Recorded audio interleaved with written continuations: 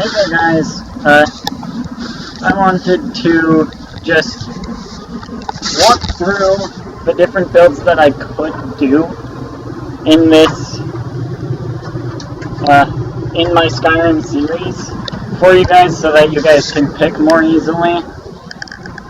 Just because the mod that I have that overhauls my perks, let me get a light on in here. The mod that I have that overhauls my perks makes a lot of different unique and interesting builds viable.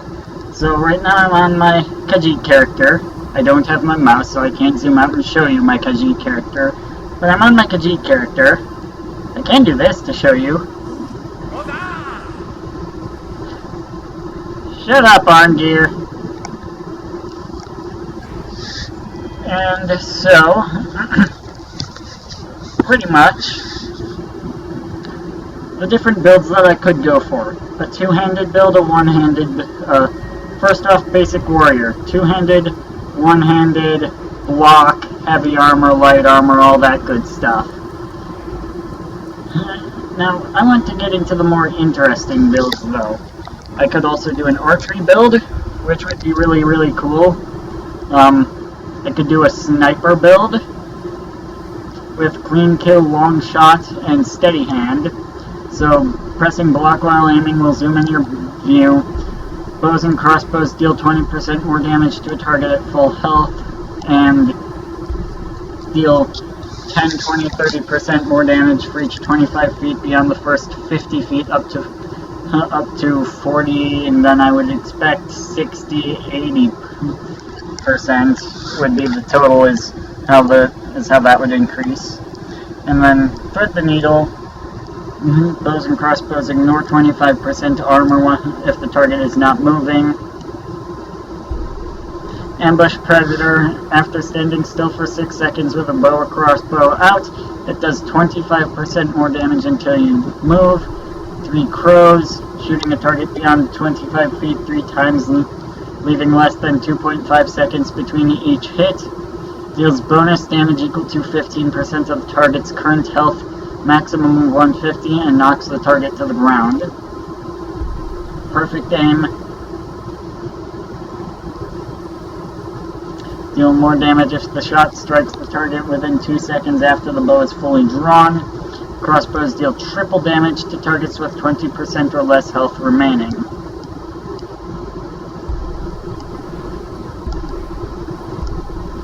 And pretty much, I've got a bunch of different options in here. I could even get Wing Strike and go for a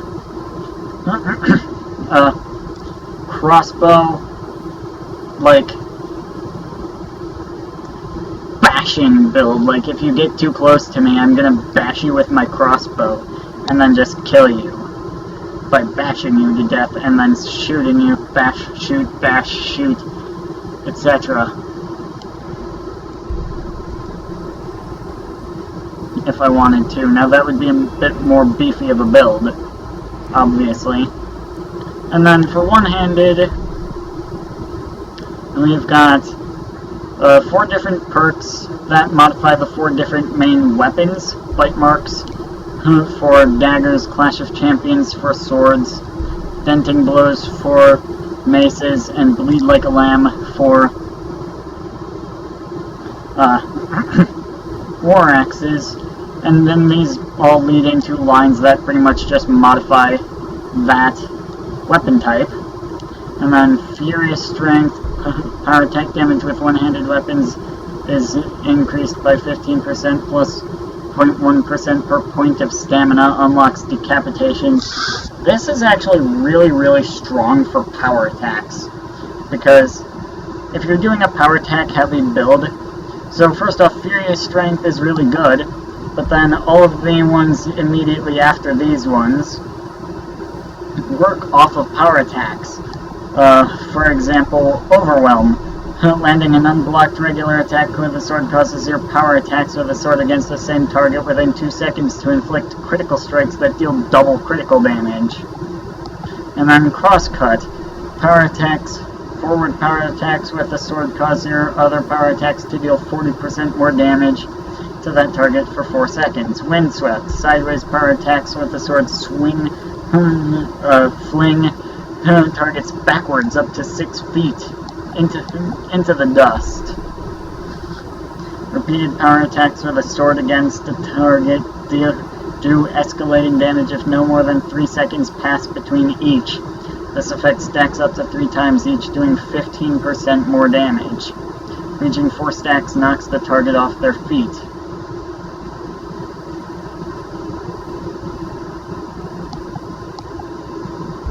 Thousand Cuts. Attacks with the sword cut a target for 15 seconds. Your swords deal double damage to that target with to a target with 10 or more cuts. And then stay down. Mutilating a dead body with a one-handed power attack restores health and 100 health and stamina, then increases your one-handed and critical damage by 15% for 6 seconds, once per body. Like, that's just the sword line. That's the only one that I'm going to really go through. And then there's stuff to reduce stamina cost and all sorts of different quality of life buffs for the rest of your one-handed stuff. And then the same thing for two-handed. Clash of Heroes, Crushing Blows, Bleed Like a Dog, Ferocious Strength, and Trained Fighter are pretty much the Disciplined Strength, Furious Strength, Bleed Like a Lamb, Denting Blows, and Clash of Champions in this line. And then there's Block, Heavy Armor. I've showed through all sorts of different things in this. Destruction has you specialize in a certain type of destruction spell as well. Conjuration. Conjuration is really fun. You can do bound weapons now summon mystic weapons which deal more damage. This basically makes a bound sword a Daedric sword. And it's available at Conjuration level 20, which you can get pretty easily on most starting characters or before level 3. So it's not exactly difficult to get to Mystic Binding. And then Soul Raider, they cast Soul Trap automatically after trapping 250 souls. All bound weapon perks last twice as long. Rent from this world, bound weapons banish conjured Daedra, turn reanimated undead, and deal 100 extra damage to non-conjured Daedra. That is very useful for fighting other conjurers that are going down the necromancy or Daedra conjuring lines. And then Void Burn. Bound weapons brand victims with unholy energy for 5 seconds, halting magicka and stamina regeneration while draining 15 points of each per second. When both are depleted, the energy starts devouring their flesh, dealing 15 points of magic damage per second. Hollow Binding. Bound weapons cut through flesh and spirit, reducing magic resistance by 30%, and then Hollow Binding reduces magic resistance by an additional 30% if you control a conjured Daedra. So pretty much what this entire line is themed around is your bound weapons may not deal more damage than a Daedric sword because they can the Daedric sword can the Daedric sword can be improved and your bound weapons can't. But your bound weapons have so many quality of life features that it becomes worth it to use them over the Daedric sword even when you have access to the Daedric sword, and you can gain access to all of these perks far before you gain access to Daedric swords. Rat King? I did not mean to go over there. Rat King. When entering combat, summon 6 skeevers under your control. Like, no matter what, I feel like I have to get this perk. I haven't gotten it on any of my characters yet, But just because I'm a Twitch main, I feel like I have to get the Rat King perk on most of my characters, just because it's fun.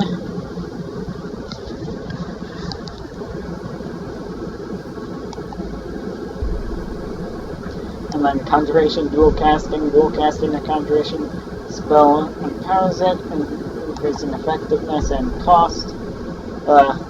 This line gives you more powerful Conjured Daedra. This line gives you more powerful Reanimated Undead. And this line allows you to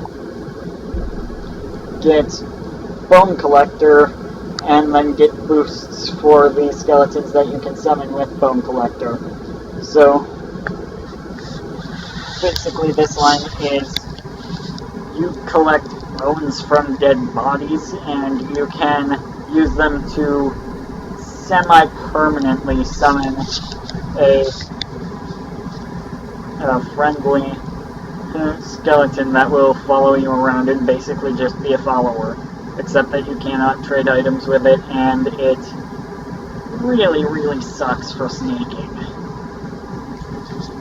So don't get Bone Collector and use it if you want to be sneaking around, but it can be good if you plan on actually like using them at some point to pick it up early so that you can start gathering the bones. And then there's Illusion. Illusion is one of my favorite lines. I've got an illusionist character. Like, I would start getting illusion stuff so that I can get Dream Charm on any character. I would, honestly, I want Dream Charm on everybody. Because you can activate sleeping victims to project yourself into their dream, improving their disposition towards you. High disposition may earn you quests, discounts, and gifts. Chance to fail and alert the victim based on illusion skill. But that right there is so nice. And then you also have quiet casting for in case you want to be a sneaky destruction mage, but that requires you to get level 40. And then alchemy.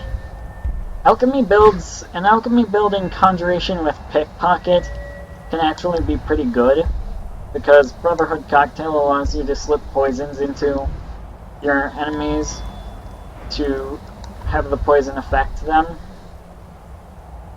And then this allows you to get stronger poisons, and then poisons applied to weapons. Your poisons are highly corrosive, enabling you to ignore 40% of the armor rating. Grants the Amplify Lethality power. Once a day, punch at a victim and silently reduce their poison resistance by 250%. Old Serpent. When you shout, your blood turns poisonous for 15 seconds. Next time you get hit with a weapon in that time, retaliate with a powerful poisonous strike that deals 50 points of poison damage per second for 10 seconds. And then this perk right here, I really want to try it out, is wonderful. It's really cool.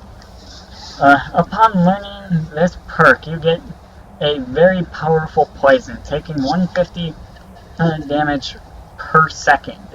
If you survive for 3 minutes, you receive 3 perk points, which you can spend to get any of these other perks, and a permanent 25% bonus to all potions and poisons you make. Like, that is amazing. Doing an alchemy poisoner build is something that I have a character that I'm doing that on, and it is really cool. Now, speech. You probably don't expect speech to be one of the many main builds that I can go for on this. However, there is a bard build that I can go for down this line. After Performer, you get Irresistible Dance. Can perform in combat to force the 2 nearest enemy people within 50 feet to dance spellbound, preventing them from acting and reducing their armor skills by 50 points. Use again to stop. Pretty much, this is to complement a conjurer build or having really strong followers. having really strong followers or using this to complement a follower or reanimation conjuration build allows you to conjure a Daedra, kill an enemy, reanimate that enemy, and then pop Irresistible Dance. And now the two nearest enemies in combat now dance, and they cannot act, and their armor skills are reduced. Lord of the Dance. Irresistible Dance can affect up to 5 enemies instead. Golden Fiddle. Irresistible Dance now also forces Daedra, undead, and animals to listen spellbound. Encore. Able to perform multiple times a day. Earthquake Drum. Can perform in combat to unleash powerful shockwaves. Each drum beat deals 20 points of damage to nearby enemies within 30 feet. Use again to stop. Witching Rhythm. Earthquake Drum deals 50% more damage. Each beat of Earthquake Drum also briefly reduces the magic resistance of affected enemies by 200% for 0.4 seconds. War Drummer. Each beat of Earthquake Drum also heals nearby allies by up to 20 points based on their missing health percentage and grants them 100 extra attack damage for 0.4 seconds. So, with this build, pretty much your goal...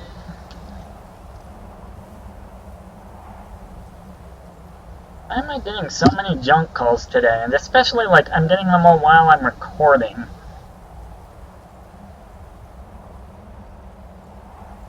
Anyways,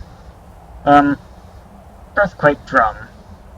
So, pretty much, this build, you are a bard. You play as a supportive character for your followers, for Lydiate. That's what we call Lydia. Me and my cousin and my uncle, we call Lydia Lydiate because she's an idiot.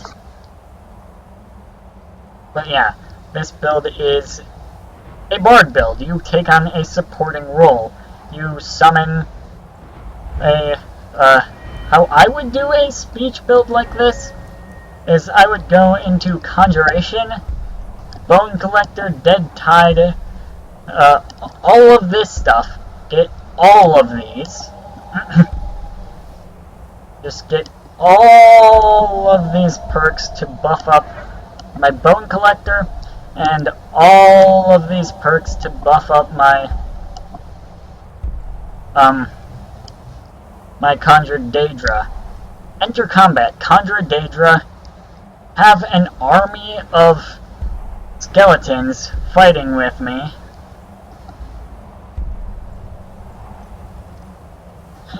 And then all that I have to worry about doing is sitting there playing my song and just letting my guys do all the work for me. And it would be a hilarious build for fun. The next one, this one complements a sneak assassin build, and it is in the pickpocket line. Death's Emperor. A cursed septum appears in your inventory. When someone else is in possession of the coin, you deal 100% more attack damage to them. Doomed to Plunder. Killing a victim in possession of the Death's Emperor grants you 100 to 300 bonus gold. And then Mutiny. Grants the Mutiny power. Once a day activates the Curse of the Death's Emperor, compelling up to 5 people within 200 feet to attack whoever is carrying Death's Emperor for 60 seconds.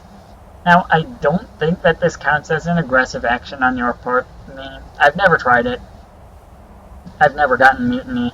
So I don't think that this counts as an aggressive action on your part, though. So I don't think that it will get you a bounty. So this can be used to assassinate people by making other people attack the person you're trying to assassinate. And then, continuing along with the sneaky themes, Sneak Mastery, Fog War, Infiltrator, right behind you, Disengage, Smoke Curtain, Clean Escape, party starter. The big one that I want you guys to pay attention to here: Shadow Warrior. Entering sneak mode in combat grants 2 seconds of invisibility, briefly leaving combat and forcing distant opponents to search for you. This effect has an 8-second cooldown. And then, for even more fun, Wicked Wind grants the Wicked Wind power at will while sneaking. This is not a major power. This is a minor power. You can use it as much as you want. Teleport through the shadows behind a target for a sneak power attack with your right weapon that deals double sneak attack damage. Target must be out of combat. However, notice while it says a power attack, I have used Wicked Wind. It's very fun. It does not consume your stamina. And then okay. So another thing that you can do with this is, you would think that smithing would be purely supportive, and it is purely supportive, but it's supportive in a different way than you might expect. Dwarven autocannon. They have powers in here that allow you to summon things that just shoot for you. Dwarven autocannon. Cannons fire parallel to your crosshair for 30 seconds, dealing damage equal to 30% of your smithing skill if you are within 12 feet, and then now fires regardless of distance. And then Electro Bolt. Every 5th Dwarven autocannon shot is an electromagnetic blast that moves slower than a regular shell, but deals shock damage to health and magicka equal to 80% of your smithing skill level, rather than 30%. It's more than double the damage. Spin Up gradually shoots faster over time, gaining 2% firing speed per shot up to 200%. And then Firing Line. Your Dwarven autocannon now deploys 2 cannons side by side. This is very... I've also never used that grouping. I mostly just use smithing for this line going up here to increase my smithing, allow me to smith other things, and this line going up over here allowing me to improve my smithing, and then this one right here, which is the Arcane Blacksmith. But I feel like that could be a fun thing to do. And then Enchanting can also be a main one, just because Enchanting has stuff in it to power up to make your staves stronger. So you could do a staff build. Enchanting could also be a pretty good supporting one for this side over here if you're doing a spell sword build. Well, where you've got the conjured weapon in one hand, and then, so my usual build for a conjurer would be conjured sword would be bound sword in one hand, conjure a Daedra in the other hand, and then after I conjure the Daedra, switch it out to be a destruction spell, and then use the destruction spell side by side with my sword. Spellscribe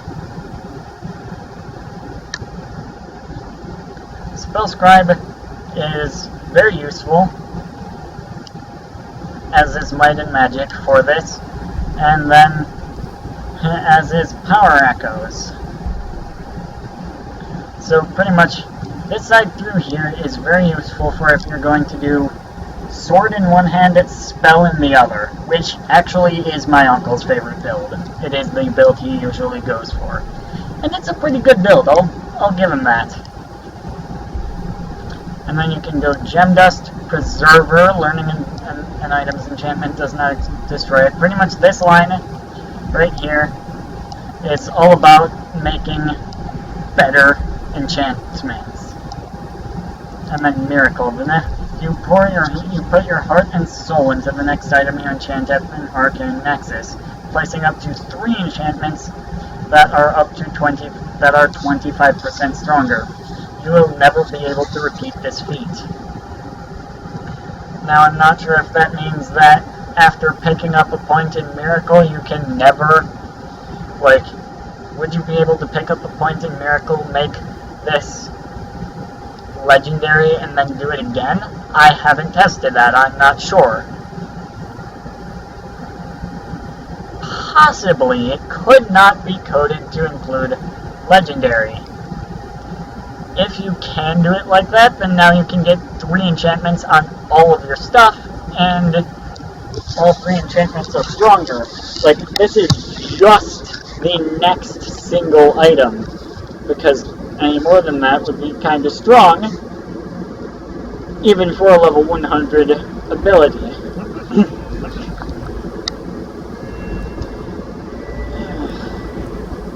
So, there's basic mage build, there's conjurer mage build, which actually you should go for Breton for, I think.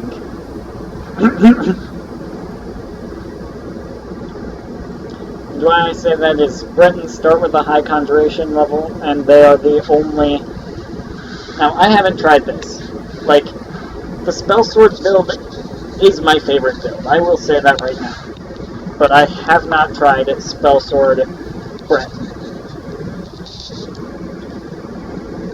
Spell sword starting with a Breton. I'm not sure why I haven't tried spell sword starting with a Breton, but if you're going to go conjuration, you should do a Breton, just because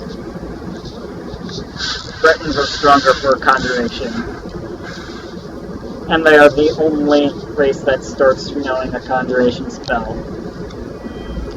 You can do an illusionist build, an alchemist build, you can even do a speech build.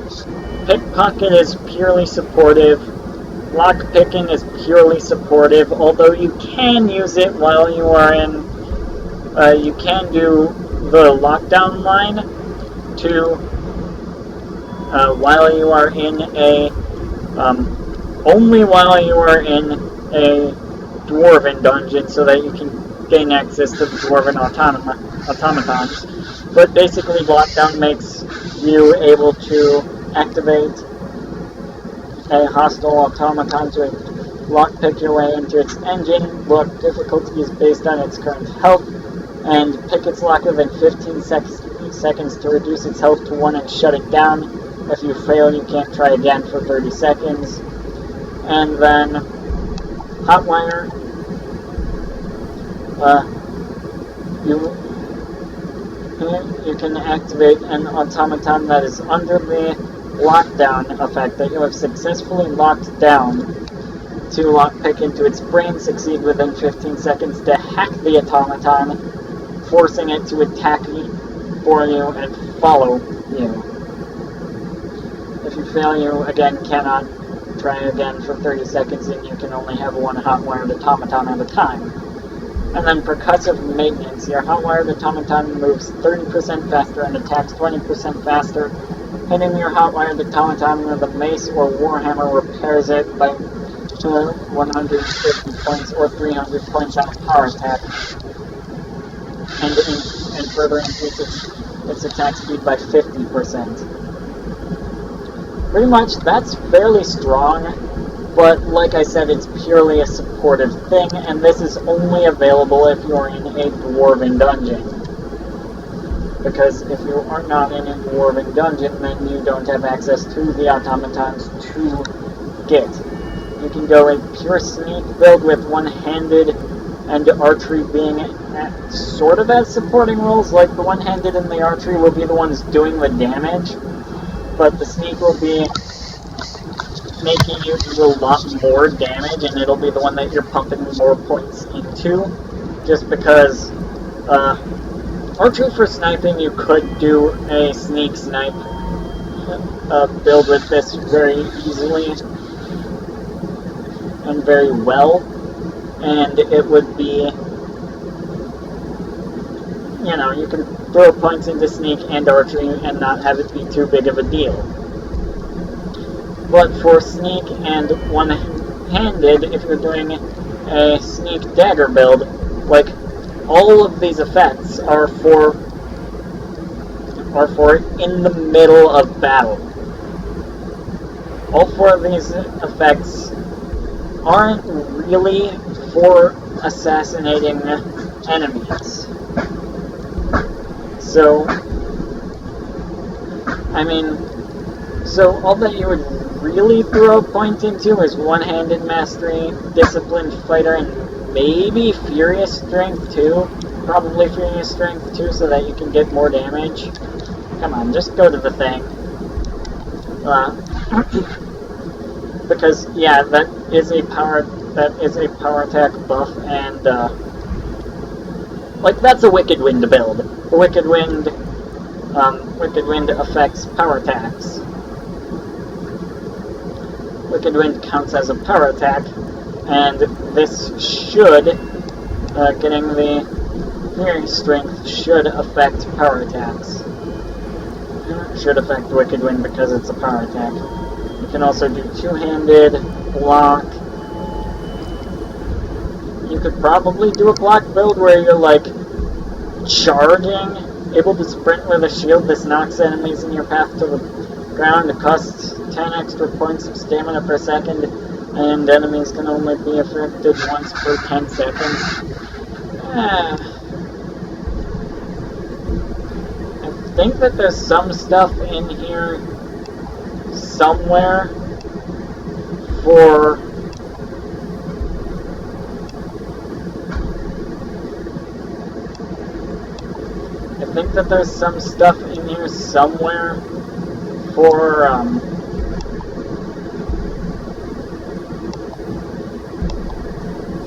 there's something in block somewhere that modifies your bashing damage. Yeah, power bash, skull rattler. This is all like a bashing build.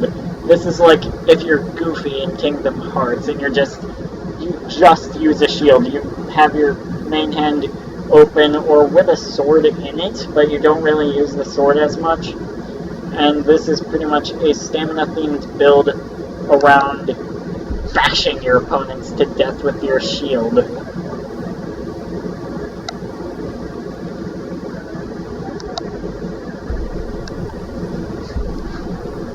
Which could be pretty fun to try out too. And then there's even a disarmed build, which is what I'm doing on this character. Dwarven autocannon, remote control, all this stuff in smithing to make your smithing able to be...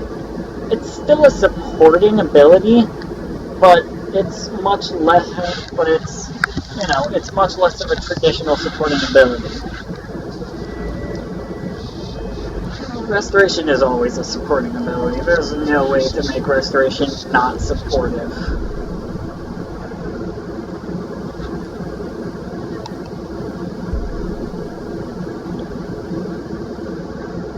Although there are things in here that are like damage. Hostile undead within 40 feet burst into flames. Like this would be going heavily into restoration. Would be you would do restoration and destruction for going down the fire line, and that would be a pretty heavy. That would be a pretty heavy... No, like, you would just get healing hands and just sit there spamming healing hands on undead enemies, at least.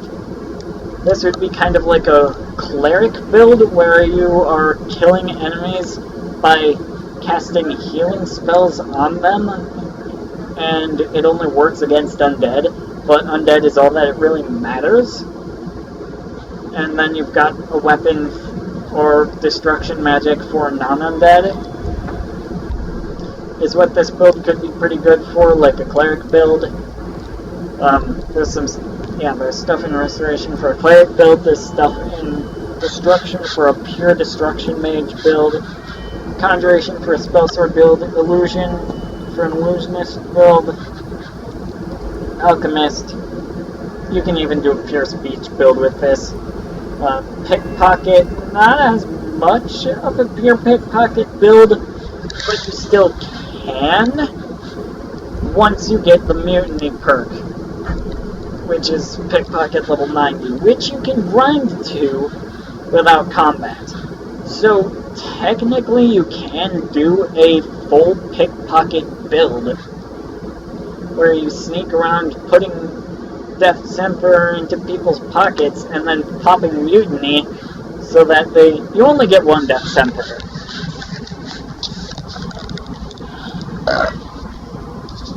But then you pop Mutiny and their friends just kill them for you. I feel like that could be a pretty unique and interesting way to assassinate people. Lockpicking is purely supportive. Sneak can give you bonus damage, but it's primarily supportive. Sneak, there actually is some stuff in like Tripwire, Whiplash, Backup Plan, Greased Lightning. You know, there actually is some stuff in Sneak to allow you to do a build where you just sneak around and you don't even use a weapon to kill people. You just sneak and then, like,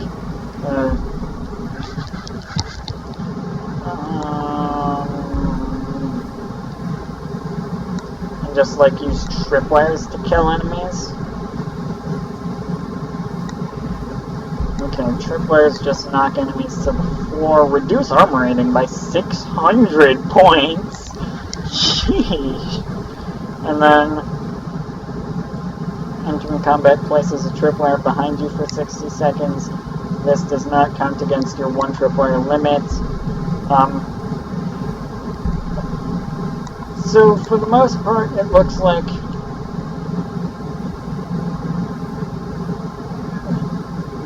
Party Starter plus Shadow Warrior is a very cool combination that makes it so that you do not need a weapon at all. You can just do sneak. And then light armor would be the unarmed build. You've got Iron Fist, Sweeping Wind, Rushing Tide, Hissing Dragon, Breaking Waves. This, I would say, makes an unarmed build viable enough. This in combination with my unarmed weapons mod makes an unarmed build viable enough for if you're not playing a Khajiit. But if you are playing a Khajiit, it is absolutely busted. And then archery builds. You can do a close quarters archery build, you can do a long range archery build, or you can do a mix of both. Crippling Shot, Pinning Shot, Thieving Raven. I think in a previous... I remember there being in a previous... in a previous version of this mod, there was an archery perk called Arrow to the Knee. I'm not sure where that is or if that's still a thing now. Doesn't appear to be. But there was once an archery perk called Arrow to the Knee that was pretty funny. And I think that it just had the same effect as Crippling Shot, but it was called Arrow to the Knee, not Crippling Shot. And then you could... Another thing that you can do in speech is the And the Universe Listens line, which is Shouts, and Speak with Animals line, which is Taming Animals.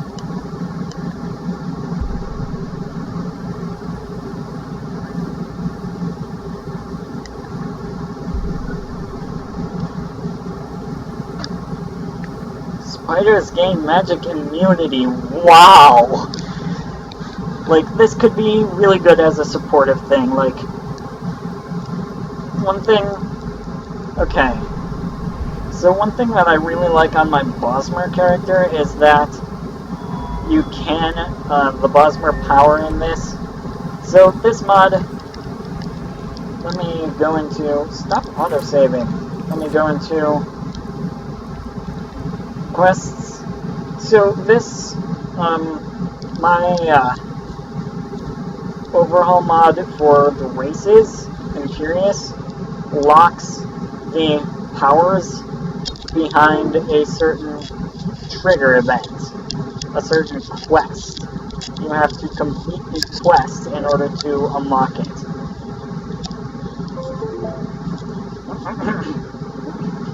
This one does not understand why he is called a thief.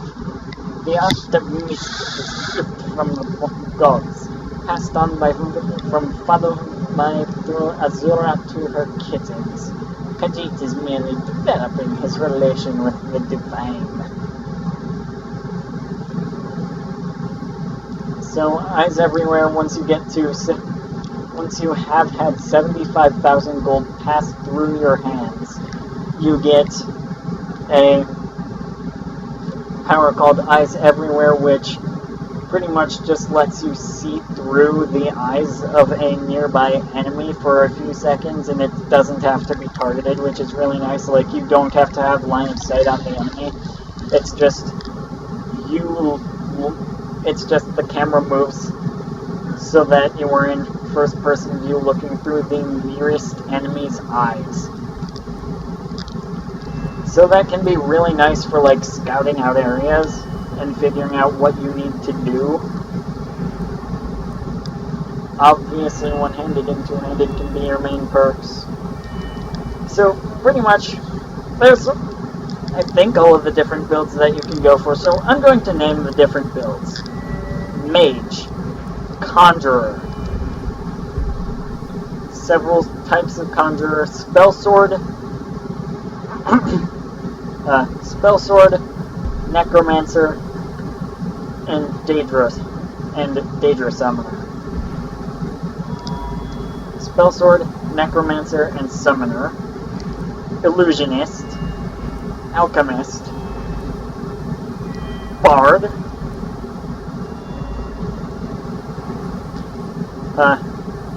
Assassin, Warrior. Warrior has a few variants, light armor and heavy armor. And so those are my 10 builds that I'm going to, and then Cleric. So those are all 11 builds, and I want you guys to tell me which build you want me to do in the Skyrim gameplay series. I've walked through a whole bunch of these perks with you guys so that you know what you're doing. I've been here probably way too long, actually. Alteration, I don't think that Alteration really has all that much that you can do. Once a day generates gold equal to your Alteration skill level. That's actually a really, really nice supportive perk.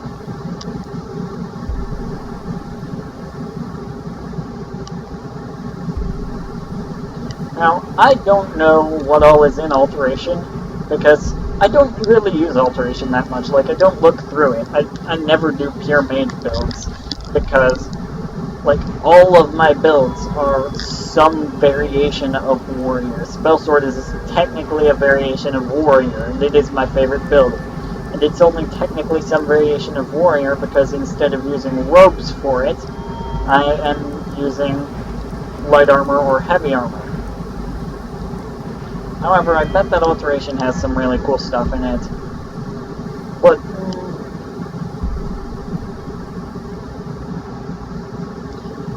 Shrine grants a permanent bonus to one school of magic, making all spells from that school 15% more powerful and last 30% longer. I'm going to look through this later and just kind of decide if I want to do it if I want to do like an Altmer pure mage build with this for Alteration, and doing a lot of Alteration and getting, like, I'll look through Alteration on my own, and I'll tell you guys in the first episode if Alteration is really cool, and if I'm going to go for a few Alteration perks as side perks. Like, I'm definitely going for, now that I know about it, I'm definitely going for Philosopher's Stone on every character, because generating gold equal to your Alteration skill level, like, Alteration is really easy to grind. You just sit there casting an alteration spell until you all day. It's really easy to grind. So once I grind it up to I would legitimately just grind alteration to level 100 specifically so that I can get Philosopher's Stone and have it be giving me an extra 100 gold every day. Like, that's not even a power, it's just a passive. Once every day generates a free minimum 30, maximum 100 gold for you.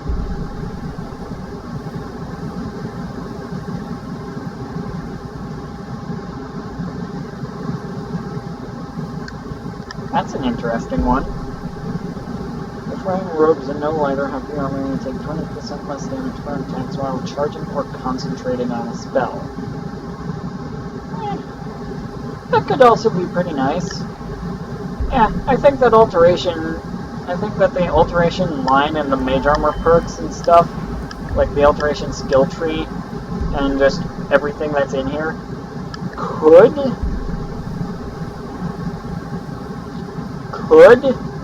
make a spellsword line stronger than using alteration and robes. Like, I would probably actually use destruction robes rather than conjuration robes, just because I would be using a destruction spell as my constant, and I would be using that one a lot. Combine some stuff in enchanting with some stuff in alteration, and you could probably pretty easily have robes, because enchanting has regalia, which is one that you have to get in order to get twin enchantments. Your enchantments placed upon robes, circlets, and hoods are 30% stronger. You could certainly do some stuff in enchanting, some stuff in alteration, and then some stuff in conjuration to make a spellsword build probably better and give more armor rating, like probably better defensively than a heavy armor or light armor supportive build, and then that way you also don't have to be taking up a lot of carry weight with those. Anyways, comment down below which of the 11 builds I listed off earlier. Mage, Cleric, Spellsword, Necromancer, Daedra Summoner, very light armor variation of Warrior, heavy armor variation of Warrior, Bard, Illusionist, Alchemist, or Assassin you want me to go for. Or Archer. Archer is a 12th build. You want me to go for, and then from there I will pick the most beneficial race and all of that good stuff for it. So now I think I'm going to go make an Ultra character. Like, subscribe, comment that build that you guys choose for me to go for down below, and I will see you all in the next video, which will be recorded later tonight and up tomorrow, and it will be Skyrim gameplay with the stuff that you are suggesting for me now. Bye!